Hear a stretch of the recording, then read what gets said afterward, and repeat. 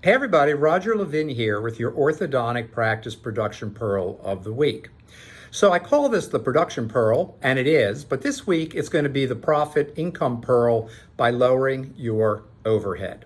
So I was having a conversation with a group of orthodontists that I was lecturing to in a study club, and somebody raised his hand and said, okay, my costs are going up, inflation, supplies, marketing, etc. How do I control my overhead?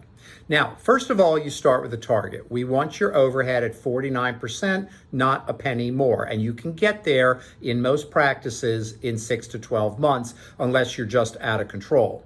And then I feel bad for you because I've lived 10 years as a full-time dentist while I was building Levin Group, the consulting firm, and I know how hard we work, and I don't want you to work that hard for so little because your overhead is so high. So then we went on to talk about a few strategies to lower overhead. And here we go. Number one, bid out your top 10 biddable expenses every year. Your practice insurance, your malpractice insurance. Cyber insurance is one of those areas that's going to go up. Look at your supplies. You need to go to 3 bids. And you don't have to leave the company you work with. You feel very locked in. And then, if your representatives are good, your sales reps, you have great relationships, so you feel loyal to them. But you have the opportunity to at least assess what are the market rates with different companies, and then go back to the sales representative you work with. And here's the honest, open conversation.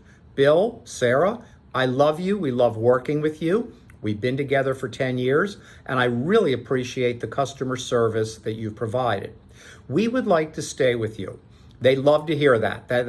Those first couple sentences get them worried, which is not a goal. I don't do fear, but then we let them know we would love to stay with you.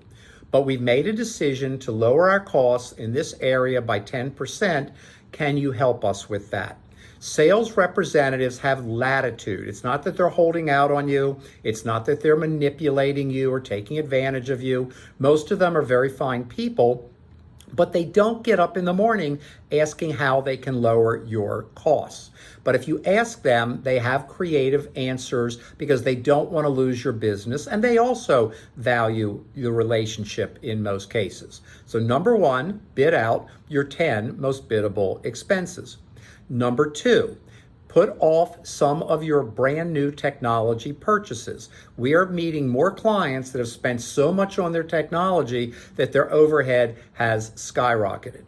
Now, I'm all for technology, but the first in are often the people that pay the most. I remember when the first intraoral cameras came out, FujiCam, at $35,000 30 some years ago. And it was a revolution, and people paid it. Today, you can buy them for a fraction of that. Now, I'm not suggesting you wait 30 years, but I am suggesting 2 or 3 years, you often get a much better price. All technologies come down. I'm thinking of one right now that came out, market leader, it's the brand, and another company of great reputation a few years back brought out a competitive product at half the price, and it's just as good and it works just as well. So I'm not saying never invest in new technology, but you don't have to be the first. That's really, really important. And then third, join a buying group. There are buying groups out there, and what you're basically doing is becoming a member that gets you volume-based purchasing. You may not be big enough to negotiate hard with your suppliers and your insurers and others, but buying groups combine orthodontists together, and then you have an opportunity to purchase at a discount, 10, 15, 20%. Just take a look at how much commission the buying group company is taking so you get a sense of whether you're saving enough or being gouged. Now, this is a pretty frank conversation because every business has overhead.